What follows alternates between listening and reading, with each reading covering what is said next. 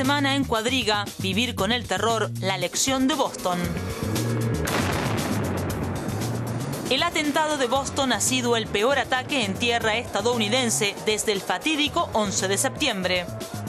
Las investigaciones avanzaron rápidamente. Los dos hermanos que presuntamente cometieron el atentado fueron interceptados tan solo unos días después. A pesar de que las autoridades de seguridad invierten cada vez más recursos para resolver el problema, jamás será posible detener por completo la violencia. En otras regiones del mundo también tuvieron lugar trágicos episodios terroristas, pero ¿cómo pueden las democracias hacer frente al terrorismo y cuánta libertad estamos dispuestos a sacrificar por la promesa de seguridad? Conduce el programa Úrsula Moreno. Hola, ¿qué tal? ¿Cómo están? Les doy la más cordial bienvenida a Cuadriga en esta nueva edición.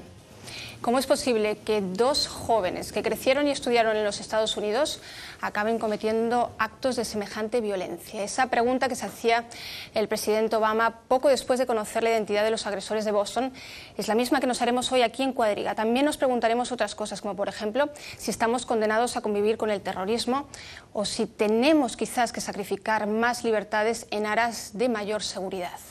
De todo esto me gustaría hablar hoy con mis invitados, que paso a presentarles. Guido Steinberg es historiador, experto en terrorismo y en el Islam. Fue asesor del gobierno alemán de Gerhard Schröder en cuestiones de terrorismo. Hoy trabaja en el Instituto Internacional de Política y Seguridad en Berlín. Michael Levitin, periodista estadounidense, comenzó su carrera en el Bolivian Times. Después trabajó en Puerto Rico y Barcelona antes de aterrizar en Berlín, donde trabaja como corresponsal para varios diarios norteamericanos, como el International Herald Tribune o el Angeles Times. Ignacio Sotelo, el tercer hombre en esta ronda, politólogo, escritor y catedrático de Sociología. Estudió en Madrid para exiliarse durante el régimen franquista en Francia. En la década de los 60 se traslada a Alemania, donde imparte clases en la Universidad Libre de Berlín. Colabora desde su fundación con el diario español El País. Bienvenidos a los tres, gracias por estar aquí. Comenzamos con el estadounidense en la ronda. ¿Cómo se está viviendo todo esto en Estados Unidos? 12 años después del 11S, ¿podemos decir que los norteamericanos lo han vivido de forma menos traumática porque están acostumbrados o ya cuentan con que un ataque terrorista es una posibilidad que está ahí? Es algo muy nuevo para estadounidenses. Estamos muy acostumbrados ya a la violencia. Ya todo el mundo ve tanta violencia, la frecuencia en que tenemos ataques. Que algunos son tipo terrorista, pero nada como este tipo que vemos en el mundo árabe en estos años, que vemos en Madrid, algo tan imparcial, que está ahí para matar a quien está. Esto es algo nuevo. Pero los americanos, los estadounidenses, somos el nivel de violencia es tan alto ahora que la manera fue diferente, pero la respuesta de trauma y de temor es casi igual. Lo peor es que con esta excusa de terrorismo ya veremos otras leyes y otra manera gubernamental de reprimir y controlar. Enseguida entramos en ese tema, ¿no?, en las repercusiones que puede tener, pero hablabas precisamente de un alto nivel de violencia en los Estados Unidos. Pregunto al señor Sotelo, antes de conocerse realmente el móvil de estos dos agresores, por qué habían cometido estos actos, enseguida se habló de terrorismo islamista. ¿No fue un poco apresurado? Bueno, es que el terrorismo que está hoy en primer lugar es el islámico, por lo tanto las hipótesis de que un acto terrorista tenga origen no islámico, sino en el radicalismo religioso de algunos grupos pequeños pero muy fuertes del mundo islámico, lo hacen una presunción acertada. Fíjese lo que pasó en España con el terrible atentado de ferrocarril, donde hubo casi 200 muertos y cientos de heridos. La suposición fue intentar aprovecharlo políticamente. Estábamos víspera de unas elecciones para decir que había sido ETA. Cualquier terrorismo que hay en España, pues lo hemos sufrido durante casi 60 años. Sí. Hemos sufrido el terrorismo de ETA y por lo tanto la primera impresión fue que fuese ETA. Después el gobierno supo que que no lo era, pero lo ocultó. Y eso le costó perder de una manera asombrosa las elecciones. Por lo tanto, siempre hay un grupo que se supone que es el autor de los terrorismos. En el siglo XIX eran grupos anarquistas y por lo tanto en cualquier magnicidio, que eran sobre todo, se intentaba matar a las grandes personalidades, siempre detrás se buscaba un grupo anarquista. Efectivamente, la hipótesis de que el terrorismo en Europa venga de fuentes islámicas vinculadas más o menos directamente a Al-Qaeda es una hipótesis siempre muy verosímil. Pero mi pregunta es un poco distinta y se la formulo ahora al señor Steinberg. Se habla enseguida de terrorismo cuando hay un acto violento que cometen ciertas personas con determinados nombres y apellidos. En este caso no pertenecían, parece ser, que a ninguna célula terrorista, parece que no recibieron ayuda del exterior, sin embargo se radicalizaron. Ahora se sabe que en una mezquita cerca del hogar en donde vivía el hermano mayor de los Tsarnaev, todo esto se va sabiendo poco a poco. Se radicalizaron también a través de Internet. ¿Qué papel juega el Internet también en todo este radicalismo? De todas maneras, era un acto terrorista y esto estaba bien claro desde los comienzos, ¿no? Porque el terrorismo, ¿qué es? Es violencia cometida con mensaje político. No quisieron matar a esa gente que se murió.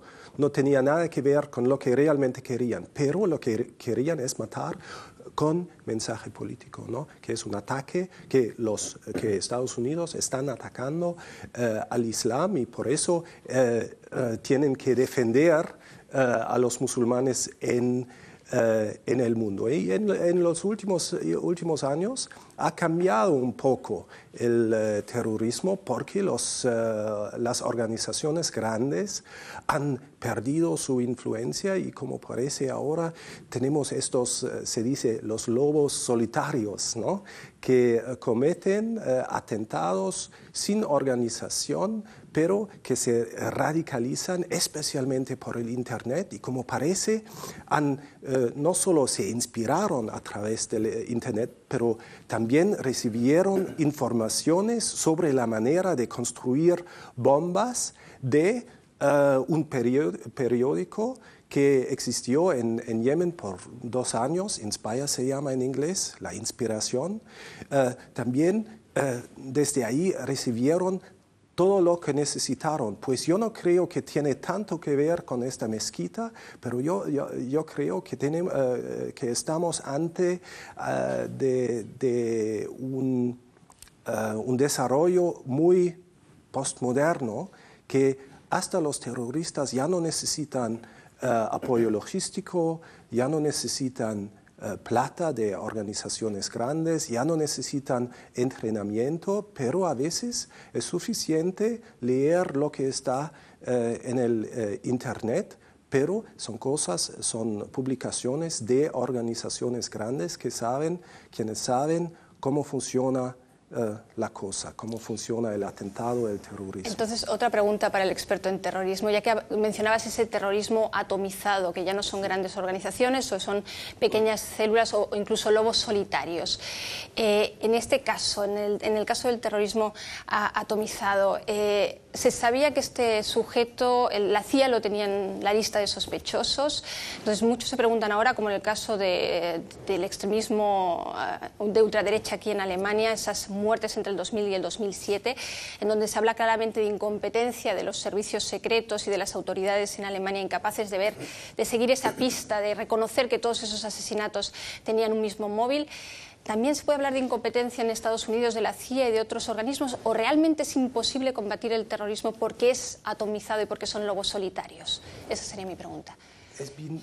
Normalmente es bien difícil fijarse del proceso de radicalización de estos. Pues en ciertos casos, como aquí en Alemania, en 2011 había un caso parecido de Arit Uca que cometió un atentado contra soldados estadounidenses en el aeropuerto de Frankfurt. Los servicios de inteligencia no tenían chance, simplemente no tenían chance, porque él se radicalizó a través del Internet, no tenía lazos a una organización, no tenía vínculos a una mezquita. Pero en este caso, los servicios americanos tenían todo lo que necesitaba, pues es un caso de incompetencia, ¿no? Y eso se ve desde los comienzos del fenómeno. Si se trata de los atentados del 11 de septiembre o los atentados aquí, o las planificaciones aquí en Alemania, en todos los casos, a mí me parece que nuestros servicios de inteligencia y la policía simplemente todavía no saben cómo luchar contra estos terroristas. Y esto es así en Estados Unidos, es así en Alemania y es así en otros países. Y eso a mí me parece un poco problemático.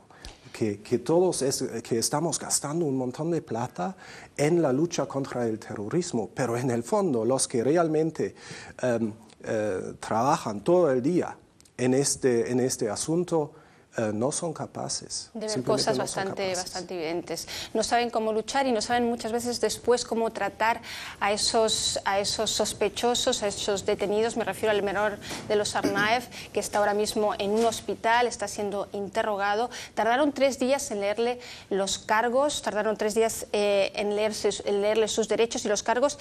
El cargo es conspiración para usar armas de destrucción masiva contra personas y propiedades de Estados Unidos con resultado de muerte. Este hecho de haber tardado 3 días, de no haber contado con abogados hasta ese tercer día, ¿no raya un poco la ilegalidad? Completamente. Y todos estamos hablando en la prensa estadounidense, es obvio, pero ese es un proceso que comenzó con George Bush. Nadie niega que 11 de septiembre fue una provocación y una muy buena razón cambiar y reescribir la ley de los Estados Unidos, la Constitución que existe más de 200 años, una excusa de reinterpretar y relegislar lo que es una amenaza y básicamente sacar los derechos constitucionales y derechos fundamentales. Y todos estamos muy conscientes de eso. Y Barack Obama hace 2 años, después de toda la creación del Homeland Security Department, National Security Agency, los miles de millones que han puesto en los programas de surveillance, de espionaje, y todo leyendo, todos los emails, todo lo que hacemos, ahora estamos en un estado tipo policía en Estados Unidos ahora.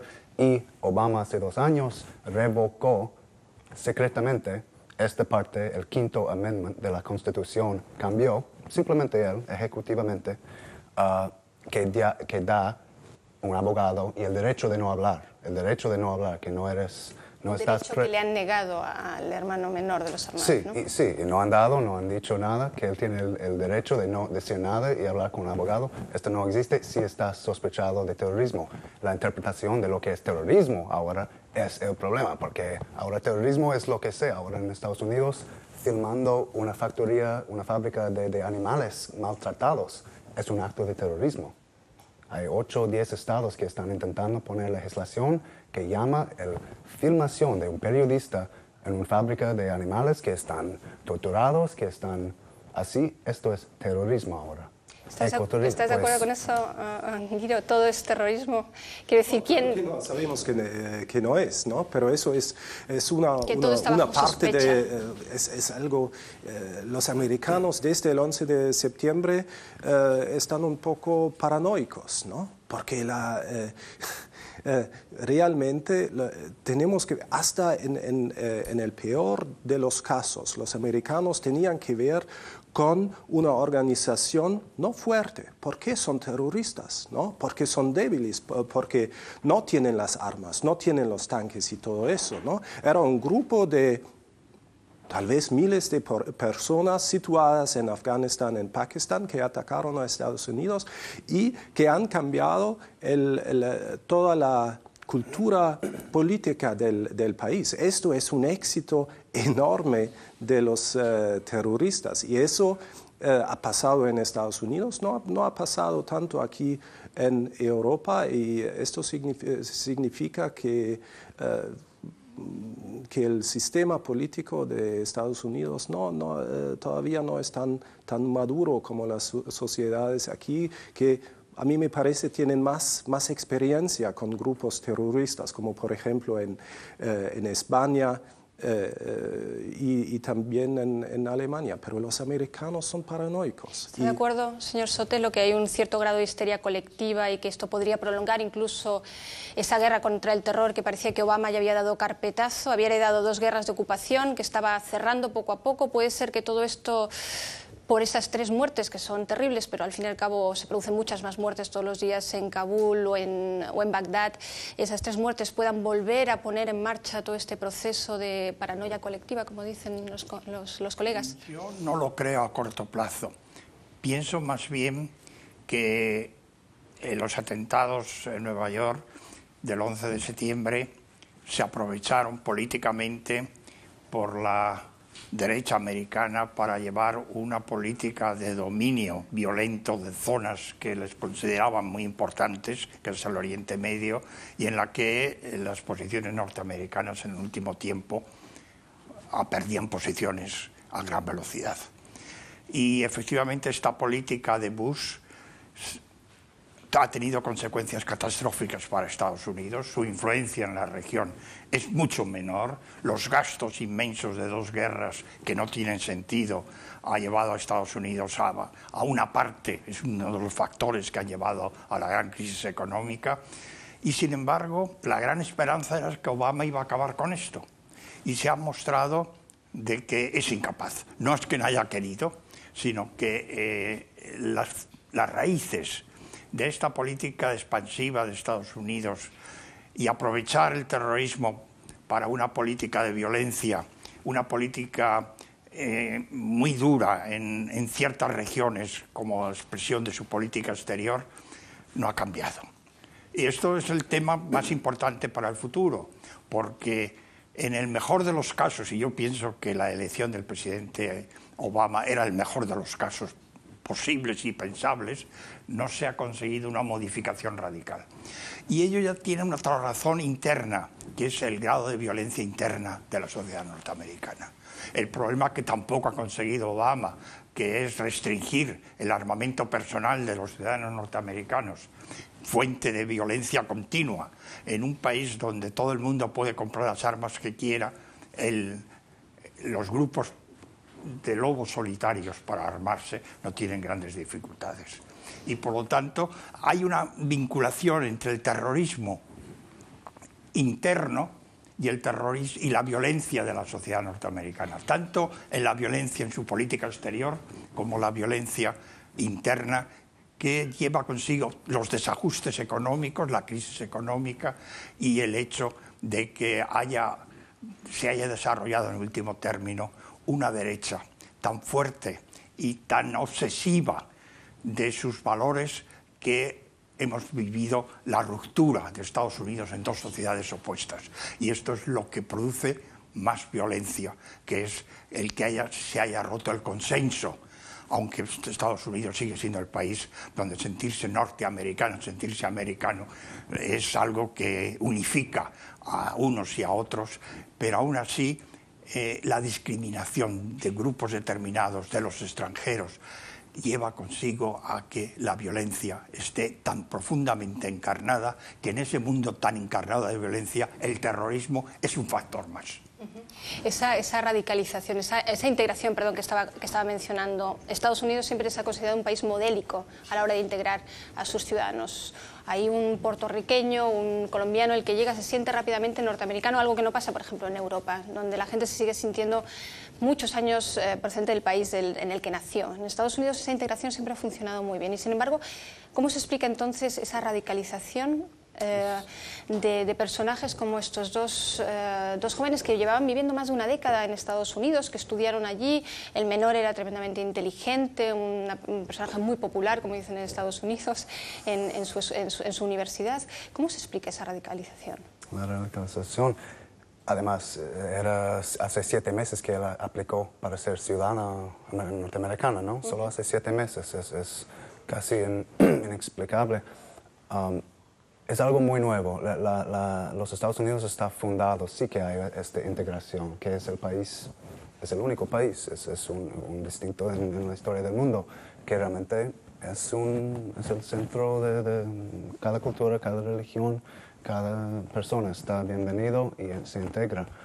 Pero con el acuerdo, con las armas, con la Segunda Amendment en la Constitución, que sí, que todo el mundo puede comprar, puede tener un arma, pero hasta ahora la sociedad, siempre hay violencia, pero el terrorismo es otro nivel, porque no hemos vivido con esta libertad fundamental que cualquier persona, sí, si es loco, si es parte de un grupo, puede matar, cuando sea, gangs, etcétera, mafia, pero terrorismo arbitrario es algo muy nuevo, y 11 de septiembre, claro, fue una ruptura con toda nuestra experiencia, fue un ataque, pero fue el momento definido que definirá nuestro siglo que viene, seguro. Esto de Islam es muy fuerte porque ya había un gran cortanza de derechos y espionaje de todo contra musulmanes en los Estados Unidos después de 11 de septiembre y todos los años que hemos vivido, los 12 años. Y ahora ya están hablando con la nueva reforma inmigratoria en Estados Unidos, estará impactado por y aprovecharán los políticos, seguramente ya están hablando de empujar y postergar esta reforma inmigratoria. Este es un tema que yo quería abordar. Van a aprovecharlo ¿Cómo va a afectar a la reforma migratoria, que es una forma de conseguir papeles para 11 millones de indocumentados en Estados Unidos? ¿Cómo va a afectar todo esto? ¿Crees que la va a retrasar? Los republicanos ya están hablando de que hay que evaluar ciertos aspectos de la reforma migratoria que se está discutiendo en el Senado. ¿Cómo crees que puede afectar? Y ponerlo mucho más estricto y mucho más supervisión, y gente que viene de cualquier sitio, como ese chico. Si él ha venido de Dagestán o de Chechenia, pues gente que viene de ahí mucho más en aspecto musulmán. Si tiene vínculos con Islam, seguro habrá mucho más background check y más difícil para los latinoamericanos, que son los principales de los inmigrantes sin papeles. Ojalá que no impacta y no disminuye los beneficios, la ventaja que vendrá con esta reforma, pero sí que habrá. Ya la Attorney General, la jefa de justicia, ya están hablando en términos de, bueno, esto ya tenemos que reevaluar, y da la apariencia que realmente el gobierno sirve, algo como un ataque así, un intento terrorístico con tantos políticos que están en oposición a cambiar el sistema, de dejar entrar más gente. Ayudará a la oposición ponerlo más difícil, más aún. Pero la causa de ello no es simplemente el terrorismo, es el hecho fundamental de que la minoría blanca protestante de origen anglosajón que dominó Estados Unidos, que fundó Estados Unidos, es cada vez más minoritaria.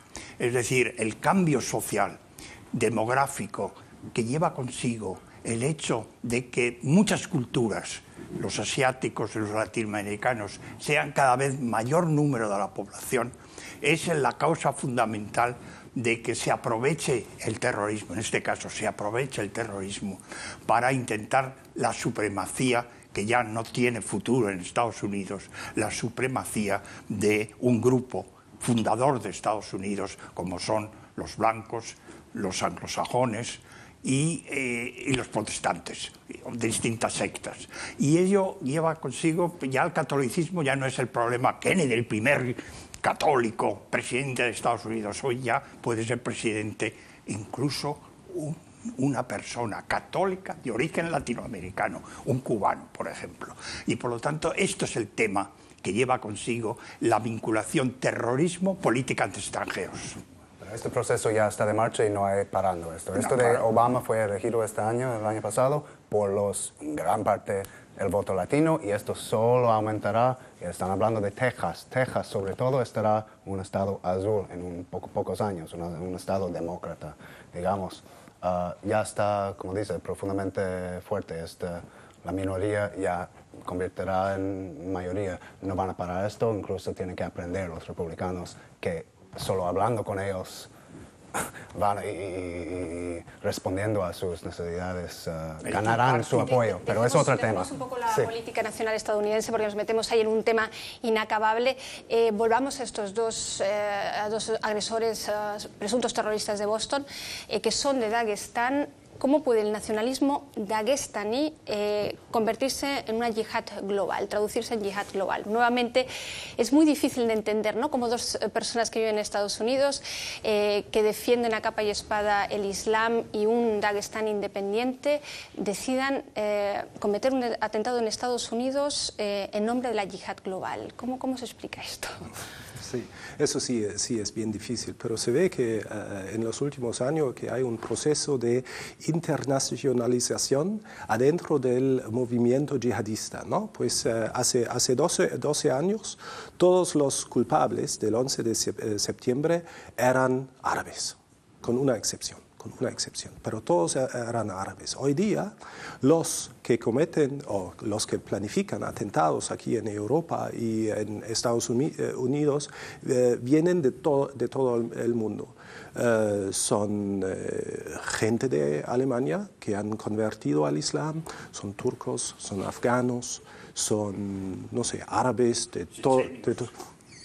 Exactamente, ¿no? Y de Dagestán también. A mí me parece que lo que pasó no tiene tanto que ver con Chechenia, ¿no? De donde venían, no tiene tanto que ver con Dagestán, pero con una cultura entre musulmanes radicales que simplemente ven o piensan que Estados Unidos está atacando al Islam, no a Chechenia, que no es justo, no es así, no a Dagestán, porque los rusos son los culpables ahí, pero Estados Unidos. Y como parece el segundo de ellos ahora ha hablado sobre las guerras en Irak y Afganistán que ayudaron a radicalizar a su hermano mayor y simplemente son estas guerras de un parte y ciertos desarrollos adentro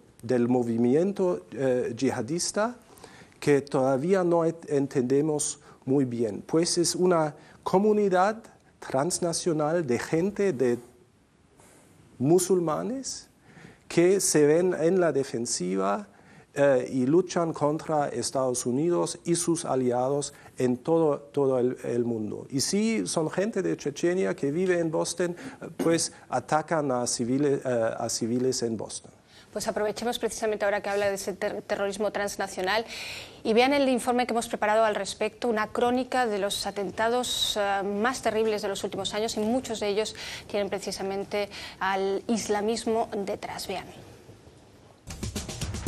Apenas un año después de los atentados del 11 de septiembre en Estados Unidos, la isla de Bali vivió el ataque terrorista más mortífero de la historia de Indonesia. Como consecuencia, unas 200 personas perdieron la vida en una discoteca. En 2004, tan solo 3 días antes de las elecciones presidenciales en España, varias bombas colocadas en trenes de la capital, Madrid, dejaron 191 muertos y casi 2.000 heridos. Ese mismo año, un grupo de militantes separatistas armados provenientes de Chechenia, Ingushetia, tomaron una escuela en el municipio ruso de Beslan. Los 3 días de asedio concluyeron con 330 muertos, muchos de ellos niños. En 2008, una serie de explosiones y tiroteos estremecieron la megaciudad de Bombay. Durante 3 días, miembros de una organización militante de Pakistán mataron a más de 150 personas e hirieron a otros cientos. Irak y Afganistán son los países que más ataques terroristas sufrieron en todo el mundo. En los últimos 10 años se perdieron miles de vidas. Entre 2002 y 2011 los ataques representaron alrededor de 1/3 de todas las víctimas relacionadas con el terrorismo a nivel mundial. Señor Stein, hoy le acribillo porque es el experto en terrorismo, está claro. Mi pregunta es, ¿existe, después de visto lo visto, existe una forma eficaz para protegerse del terrorismo? Hemos visto que dos guerras de ocupación, como la de Afganistán y la de Irak, en el caso incluso de este atentado en Boston, es el argumento que esgrime el hermano menor diciendo, por estas dos guerras hemos cometido este atentado. O sea, que parece que este tipo de acciones solamente cosechan el efecto contrario. ¿Cuál sería, pues, la fórmula para protegerse del terrorismo? Pues los errores ya se han cometido. Pues no vamos a cambiar nada en Irak, en Afganistán, en Chechenia, porque los rusos también son una parte de lo que está pasando, también en Somalia.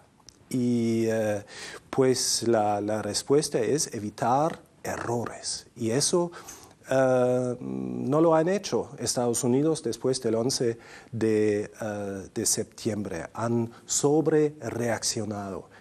Y eso, evitar sobrereacciones es básico. Y después, por supuesto, se necesitan servicios de inteligencia fuertes. Los americanos han hecho bastante, ¿no? Los europeos menos. Pero a mí me parece que después de lo que ha pasado en el último siglo, vamos a tener que vivir con un terrorismo islamista por muchos años. Y además no debemos concentrar solamente en estos, porque sabemos del caso alemán, por ejemplo, pero también sabemos de los años 90 en Estados Unidos. Habían atentados de la extrema derecha, que hay otros grupos fuertes, especialmente en Estados Unidos y Alemania, y a mí me parece que el terrorismo va a ser un fenómeno casi cotidiano de la vida moderna en los próximos años, porque la mayoría de gente ya no tiene, las guerras no se van a luchar como en el siglo XX, pero en la mayoría de casos vamos a ver que tenemos poderes grandes que solamente se pueden enfrentar con tácticas terroristas. Eso lo vemos en casi todo el mundo árabe ahora, lo vemos en Afganistán, lo vemos en Somalia. Pues no vamos a vencer al terrorismo en este siglo. No a las sobrereacciones, lo primero que ha dicho. Yo creo que el tono de Obama ha sido muy mesurado en este caso, sobre todo si lo comparamos con la reacción de Bush en el 11S, ha sido un tono muy mesurado. ¿Hacían falta nuevas leyes antiterroristas, nuevos organismos, nuevos para controlar el fenómeno en Estados Unidos, o todo eso es innecesario? Mira, creo que muchos pensaban, yo incluso, el segundo que oímos de este ataque, que no fue nada árabe, ocurrió en el 15 de abril, que es el día de impuestos en Estados Unidos, ultraderechista, las milicias en Estados Unidos. Este fue por muchos, fue la asunción de muchos, pensábamos, pues fue un shock, que fue algo, bueno, Daguestán, quien imaginó. Creo que la amenaza será mucho más de la ultraderecha y grupos desafectados, antigubernamentales, anti-Estado en los Estados Unidos. Irónicamente, Obama está abriendo esta semana la librería, la biblioteca de Bush en Texas, y la prensa y todo es como borrar la historia de Bush. Obama habla súper bueno, Bush ama a los americanos, ha intentado hacer lo que puede, y es como la historia. Tenemos una memoria muy corta y no recordamos qué desastre a la Constitución y a nuestra identidad de libertad ha hecho a Bush con su creación de un estado de seguridad después del 11 de septiembre. Obama habla y se muestra como una persona del mundo, todo el mundo le gusta a Obama por su apariencia. Él está poniendo cada día más leyes que cortan, restrictan los derechos individuales en Internet, en muchas maneras, y creo que puede estar convencido esta vez también en poner más restricciones fundamentales, libertades fundamentales. Hablando de leyes que restringen, ¿es legítimo, por ejemplo, lo que se debate esta semana en Alemania, tanto la base de datos antiterroristas, con los datos creo que de 17.000 personas que están contenidos en esa base, a la que tienen acceso cada vez más autoridades, servicios secretos, policía, algo que se hereda de la época nazi, que se había intentado separar desde entonces? ¿Es legítimo bases de datos antiterroristas, más cámaras de vigilancia, como proponía el ministro de Interior esta semana, o supone todo eso recortar nuestras libertades de una manera muy peligrosa? Yo creo que la seguridad interna de los países occidentales hay que mantenerla y tendrá costos de seguridad y costos en la libertad. Pero el tema fundamental es no cometer errores. Pero no cometer errores, no solamente ahora hablar de los errores del pasado, sino de los errores que se están cometiendo hoy mismo. Y la tensión máxima en el conflicto entre el mundo occidental y el mundo árabe depende de la cuestión del Medio Oriente. Y es la solución del problema palestino-israelí. Y ese es el tema central en las relaciones entre el mundo occidental y el mundo islámico. Pues si no es el central, es uno importante. Lo veo una excusa para decir que todo el mundo árabe tiene solo sus ojos enfocados en el conflicto de Palestina, tiene sus países y gobiernos que no les está sirviendo, y esto también.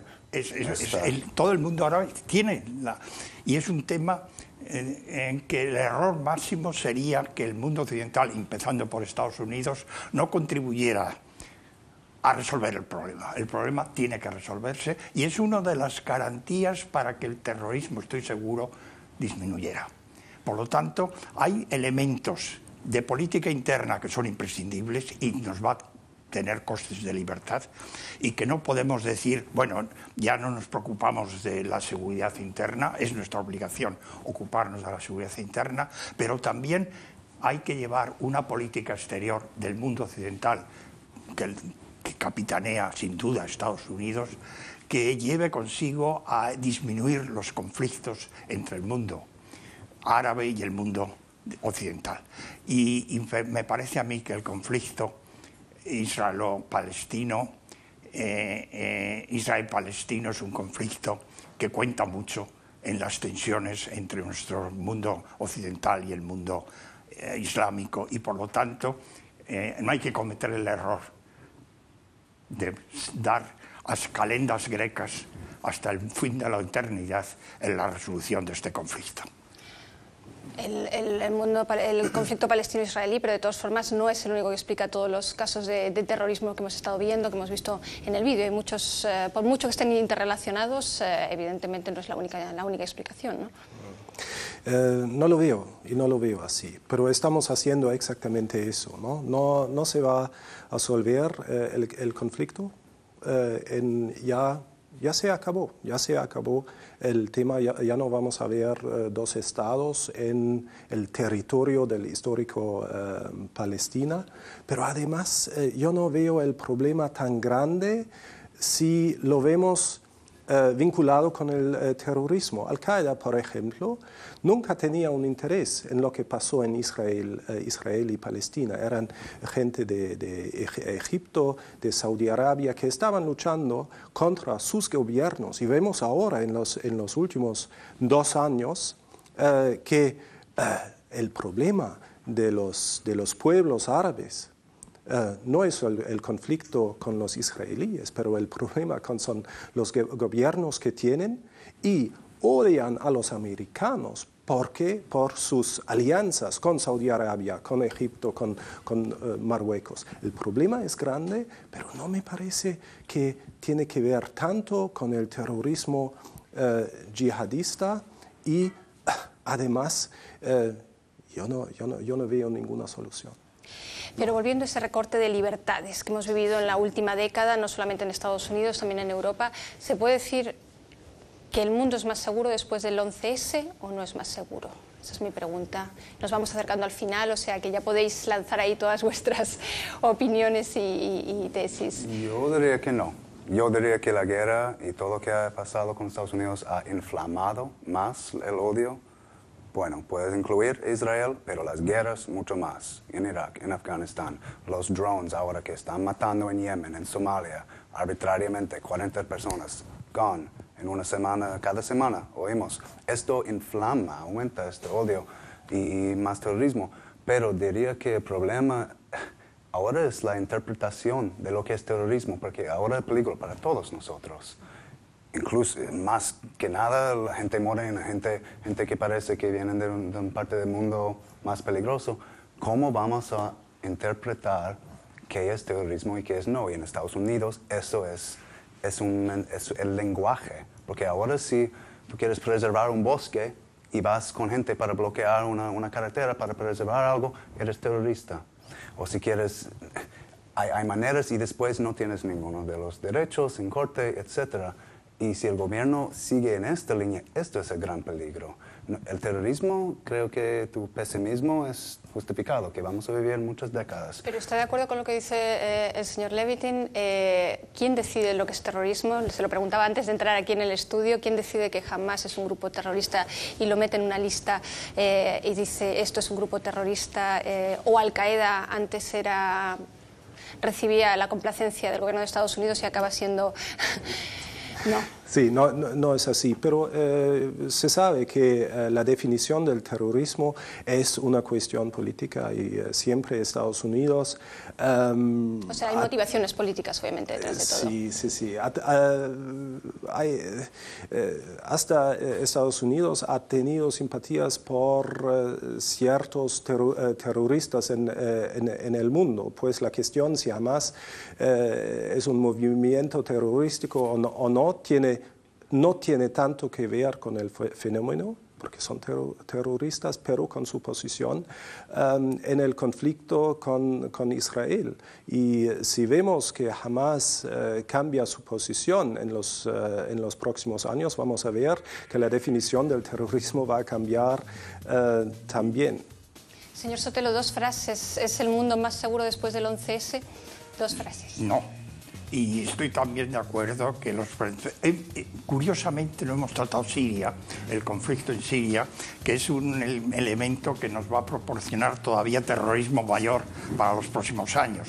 Es decir, la hipótesis de que el terrorismo va a aumentar y no disminuir me parece convincente. Y son datos que llevará consigo, como se ha dicho, las guerras del futuro tienen otra estructura completamente distinta y habrá un momento en que definiremos el terrorismo como la guerra que se lleva con los nuevos métodos en las nuevas circunstancias. Gracias a los tres, tengo que ser muy escueta. Gracias por seguirnos. Tendremos que convivir con el terrorismo, ya lo han oído.